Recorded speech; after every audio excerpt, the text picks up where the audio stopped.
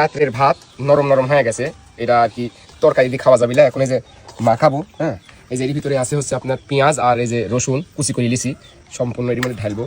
একটু রসুন আর পেঁয়াজ একটু বেশি করে দিছি, বুঝতে পারছেন। একটু নুন দিব, নুন দিলাম। এটা শুকনা মরিচ ভাজা, শুকনা মরিচ, কঠিন একটা ঘিরান আসতেছে সেই রকম। রসুন পেঁয়াজ শুকনা মরিচ তেলে ভাজা। এইবার একটু তেল দিব, সরষের তেল, একটু বেশি করে দিই। একবারে সেরকম বানাই ফেলা দিলাম। এখন একটা মাখান দিব, বিসমিল্লাহ। টাকা দি কিনা চাল, সেই চালের ভাত নষ্ট হয়ে যাবো আর ফেলা দিব, তাই কি হয়? এই যে এইভাবে বুদ্ধি করি মাখায় খালি মনে করেন যে পেটটাও ভরে গেল, ভাতগুলো নষ্ট হইলে ফেলা দিয়া লাগিলা, বুঝতে পারছেন দাদা। দেখি নুন হয়েছে নাকি, বিসমিল্লাহ।